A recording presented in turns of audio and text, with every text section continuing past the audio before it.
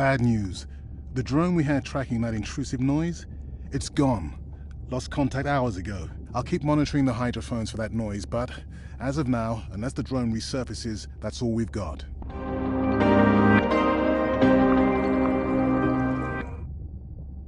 Hey, Mirai. I assume you've heard that Andre lost the drone. Yeah, bad break. Did we get any usable data from the drone before it went missing? You'll have to ask Andre. He hasn't given me an update. I think he's upset that I suggested we'd still have the drone if we used it for its original purpose. It's crazy that we only have one mapping drone. If this were a space mission, we would probably have 100. You sound a little frustrated. Is that with Andre or the drone situation? Both.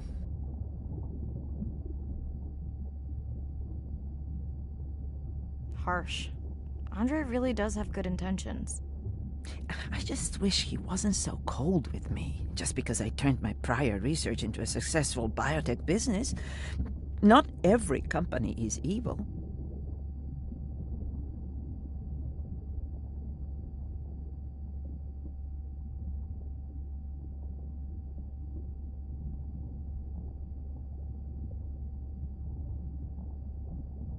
Hey, that's right. I read about that. Was it fun being a corporate titan? Did you have your own jet? No jet. But I did have a pretty indulgent company car. Was that a yawn? Did you get any sleep? Not really. Between the drone and staying up to chat with my daughter, I spent most of the night staring out of my cabin window at the moon. My grandmother loved to take me free diving in the moonlight. It was magical. It's like the whole ocean glows. Sounds like a fun grandmother. She was. Is. She's alive, but suffers from dementia. Sorry to hear that. Thanks. Nana moved in with us after our mom died. I was 12. Ren was 4. Are you and your sister close? Definitely. Yeah, most of the time. It's complex right now. Where is your daughter? She's at university in the UK. What is she studying? Pre-med. But she also has a passion for music. She has been playing in the same indie band for years. What's her music like? Hard to describe. I'm sure Sophie would love for you to check it out. I'll send you her latest single. Ooh. Isn't your sister also at university? My sister, took a break for a few years. But she's back now. There's a story there. Not my business. It's just hard sometimes for me not to want to take the wheel when I see her swerving. Does she want your help?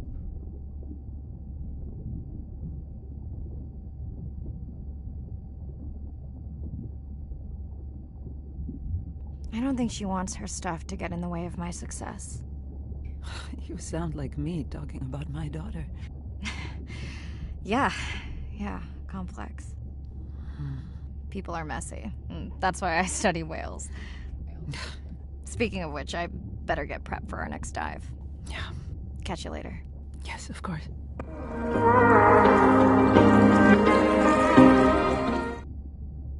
Hi, Mirai. It must be late there. That's okay. I'm on dive time. I showed Nana the highlights from your live stream.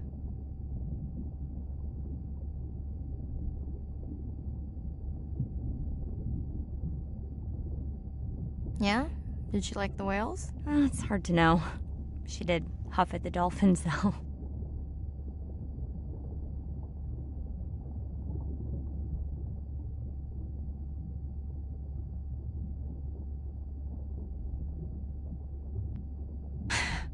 She used to read you that story every night. Yeah, you've told me that, but I don't really remember. Are you doing okay with her? Kind of. You do this better. Did you want to talk about next semester? When you get back. It's complex. You know, I can look at coming back earlier. That's crazy talk. Go speak to your whales. Gonna try. Catch you later.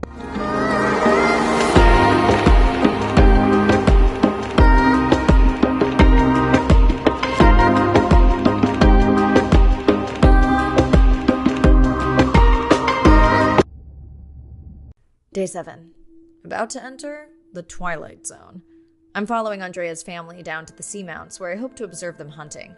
Irina has been testing our samples and is worried about a harmful algal bloom being somewhere nearby, so I am to keep an eye out for that. Check. I'm also keeping an eye out for more turtles. I know they're out there, ready to dive.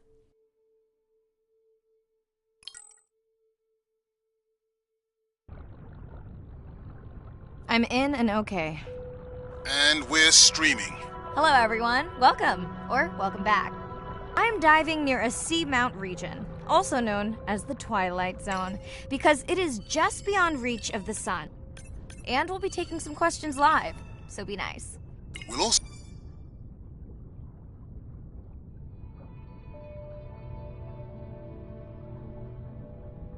be testing a playback system to interact with whales.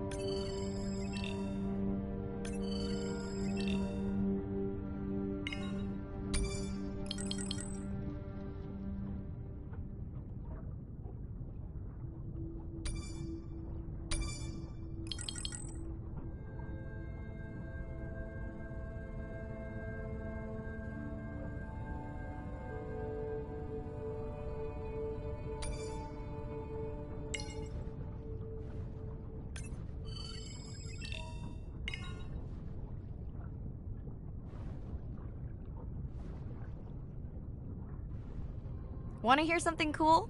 So do I. I'm hoping that buoy can send a little message to our humpback friends.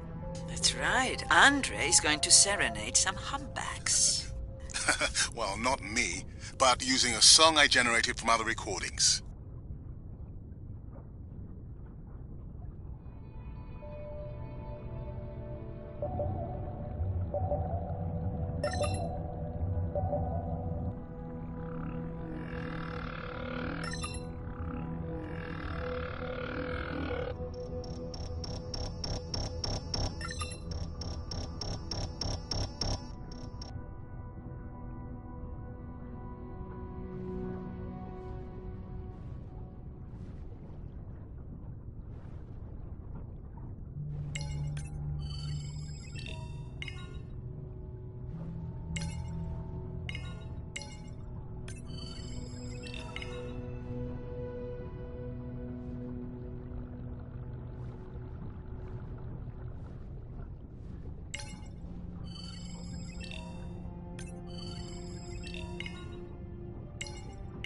Another leatherback turtle, Andre.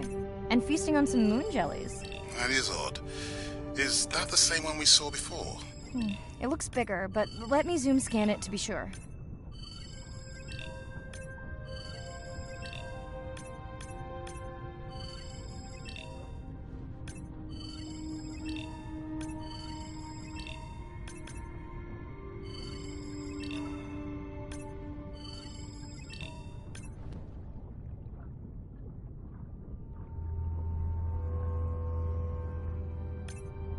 We can run the sample in the lab, but I am sure this is a different one. Do they typically travel together? Wouldn't it be surprising to find two this far off course? Yes, it would be. And yet, here they are. Welcome back, turtles. Enjoy your beautiful moon jellies.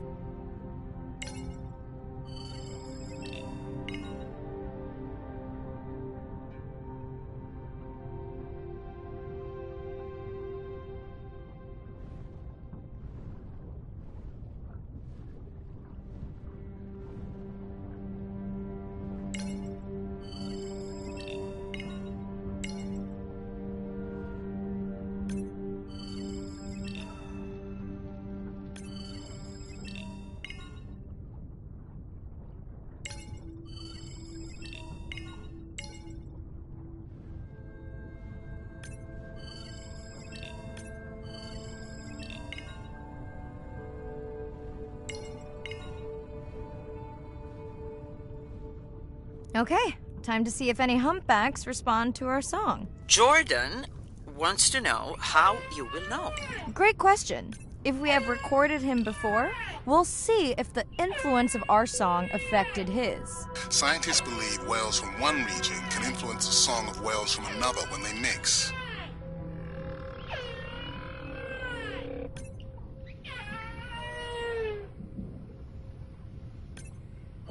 Hey Andre, we've recorded a song from this one before, right? We have. How quickly can you compare his two songs? Well, I need to wait for his song to complete at least one full cycle. And how long is that? 20 minutes, maybe more. Wow, that's a long, slow ballad.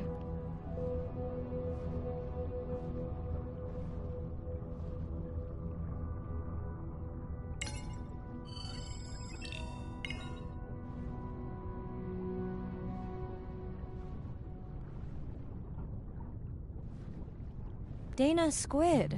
It looks like they're hunting... Lanternfish. Well called, Arena. We'll make you a sea witch yet. I'm sorry, a what? Let's scan a few to pick up their hunting behavior. Here goes.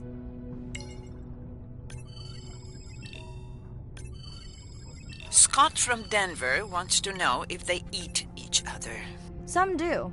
I think this one was upset he missed out on his prey.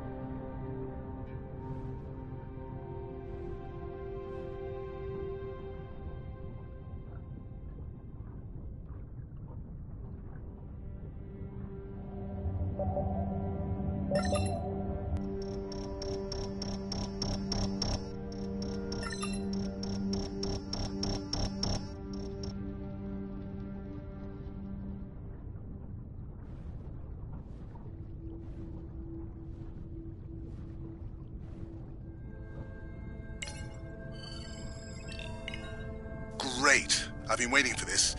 I've just activated your UV light. First of all, don't mess with my suit when I'm diving. Secondly, you spoiled my surprise.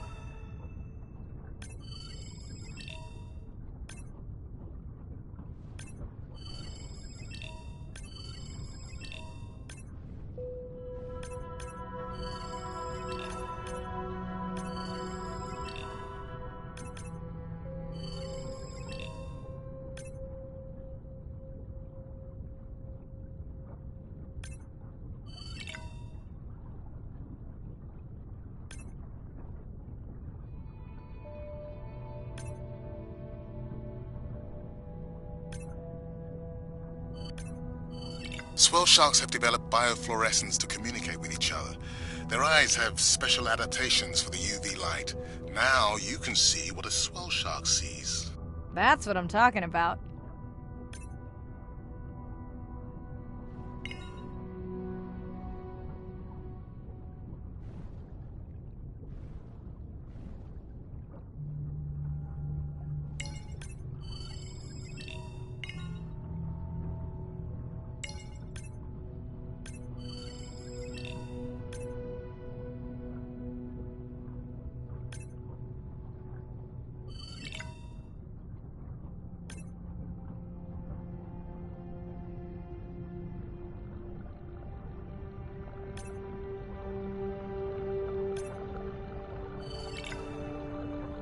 Next, you can try the black light I installed in your sub.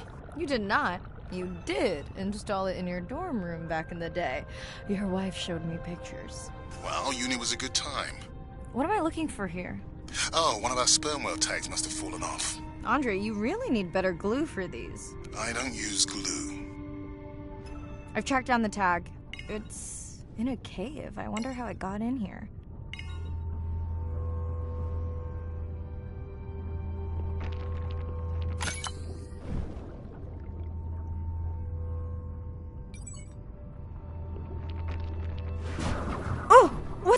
Mirai! An octopus! Are you okay? Other than getting inked in front of a live global audience? You know, you might want to get that off you. It will probably attract predators. Oh, wonderful.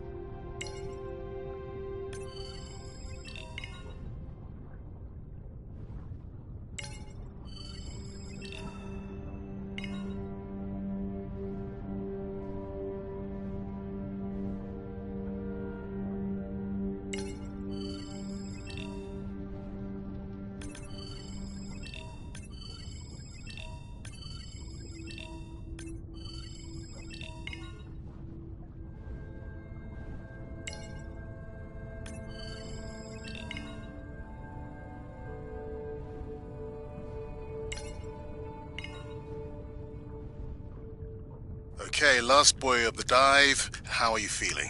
Chances of suit holding out until the end of the dive? Good. Hope of seeing if our humpback song had any effect? Well, You know this, but for the viewers, science is not magic, it takes patience. I'd like to believe in a little magic.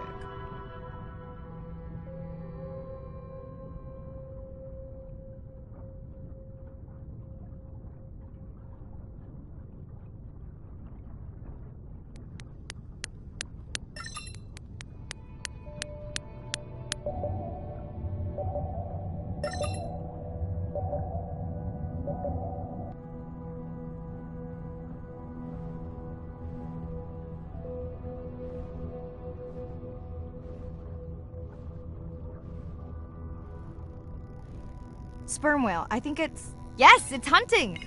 First time we'll be able to document it with Andre's technology.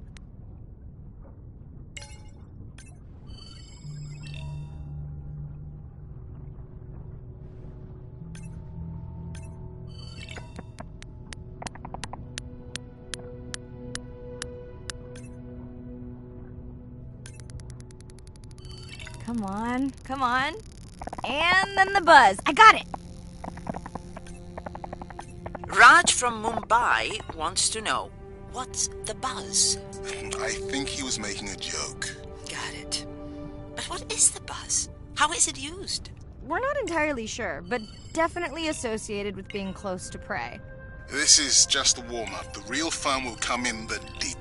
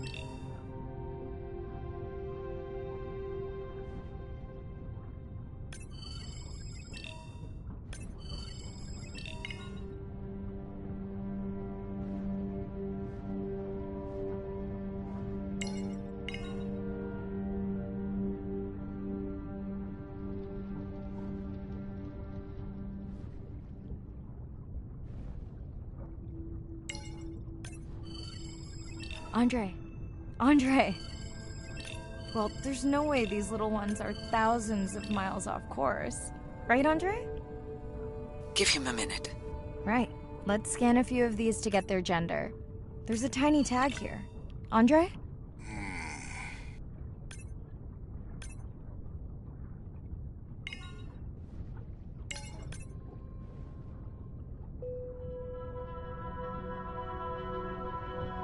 Chen from Shanghai wants to know why you care about their gender. Well, their sex is determined by the temperature of their nests. Warming beaches wiped out the turtles in this region. Believe in a little magic now, Andre? I may just start, but let me check on that tag first.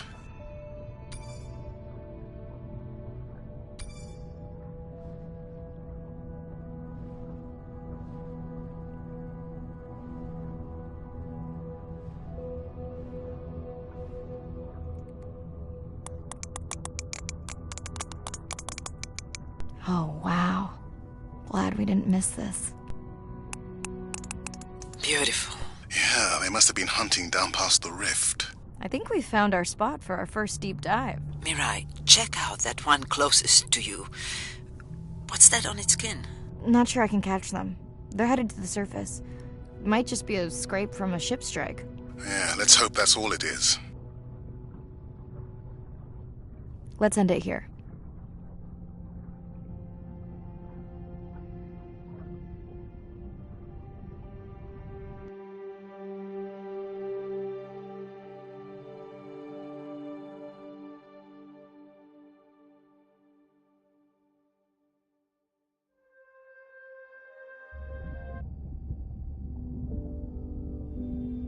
I know it seems like Andre worries about everything, but I really understand where that comes from.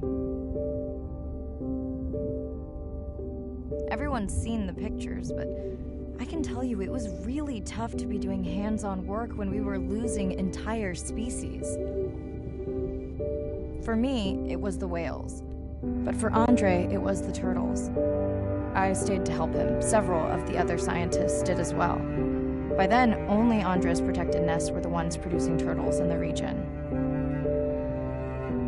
We all figured that the population was going to collapse, and eventually it did.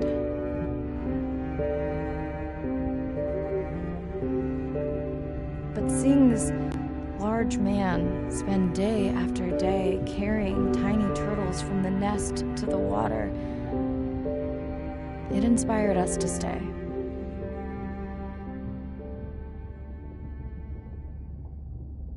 Coming back now, it feels like another world. Andre is not an angry man, Irina. He's just a man who gets angry when he sees people say it's too hard, or that they don't care at all. Yeah.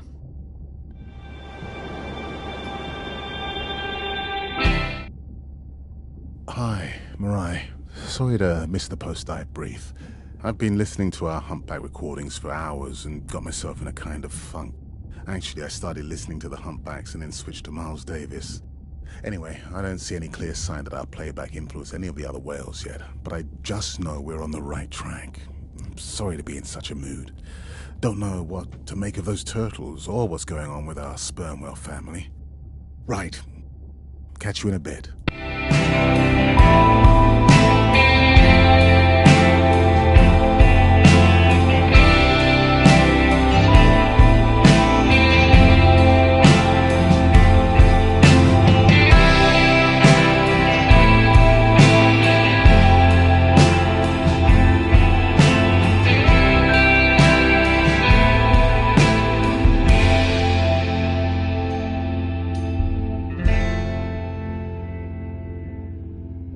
Ocean crashes on the rocks, where I go to collect my thoughts. Jellyfish have mechanisms of self-repair. They're constantly getting bitten by turtles and chunks getting taken away. 50% of the jellyfish population are wounded.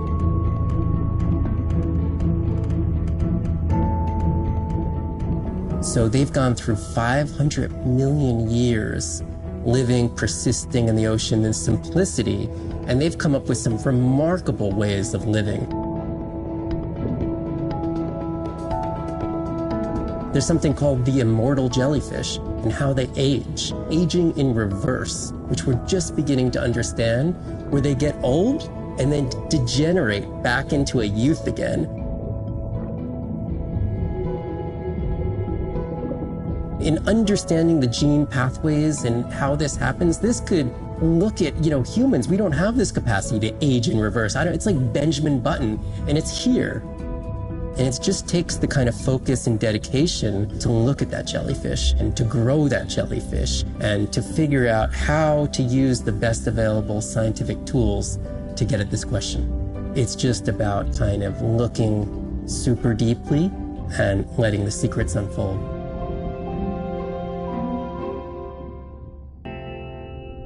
Of this The energy from our star flies through the universe, through our atmosphere, and hits us at the ground. But now, when we go underwater, the ocean properties of water are like pure blue filter. So it's going to filter out all these other wavelengths except blue. As you go down further, it's primarily blue, blue, blue till 700 meters. And at that level, there's still faint photons of sunlight in the blue range. And we call this the twilight zone. And there, animals are still perceiving a tiny little bit of our sun's energy. Below this, it's gone. 24/7 darkness.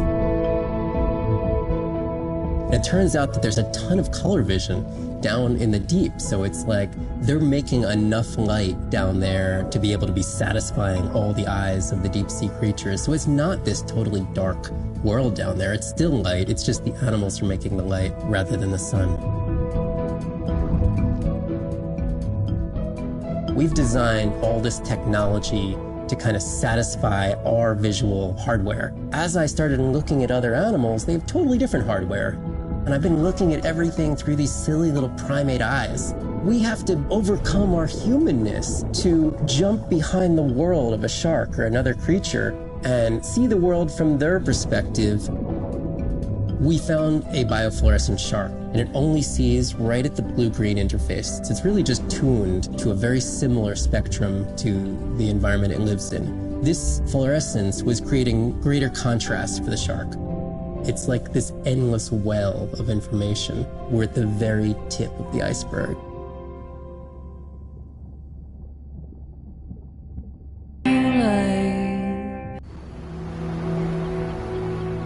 These animals travel thousands of kilometers, navigating open oceans that have no physical landmarks. They have that innate ability to find their way.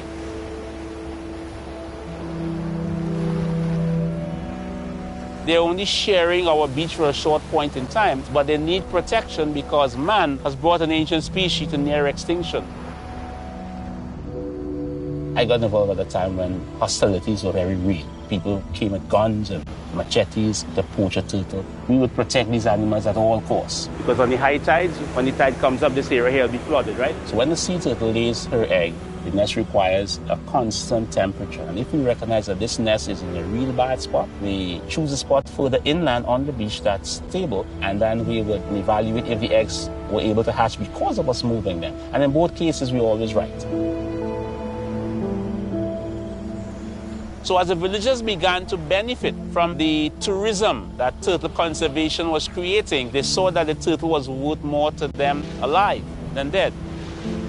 The children really love sea turtles. We educate them, but we involve them. And by so doing, we get them to a level of interest where they want to become actively involved. When we first started this conservation work, we would encounter at the height of the nesting season 30, 40 turtles. Now we encounter over 500. That's significant. Some people argue, well, that's nature. Leave them. Why protect them? But remember, humans have to intervene sometimes to help nature keep existing.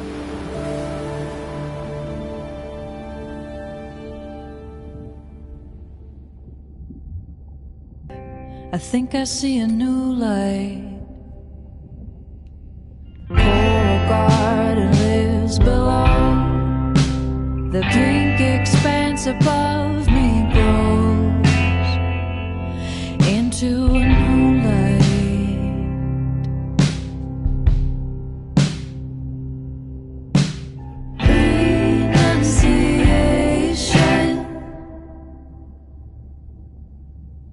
In the eye of the beholder,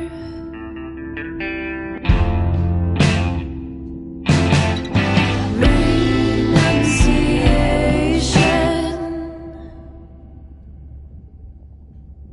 up and start a new life. But I see a hidden trail.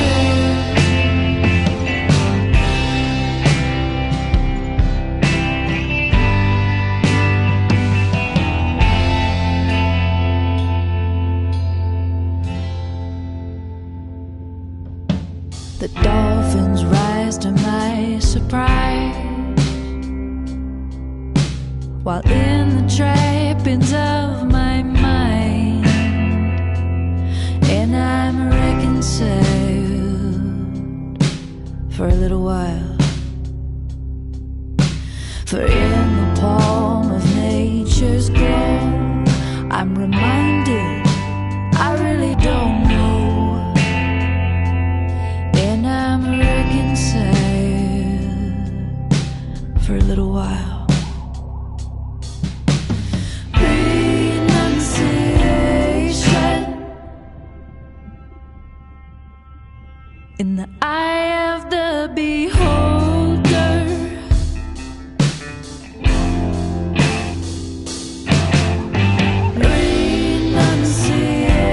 renunciation,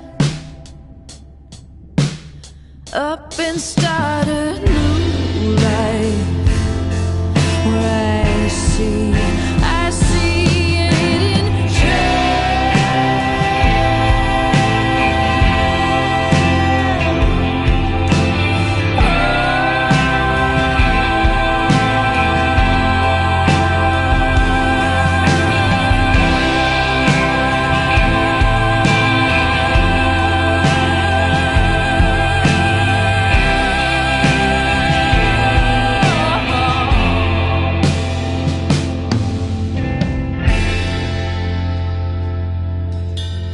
ocean crashes on the rocks,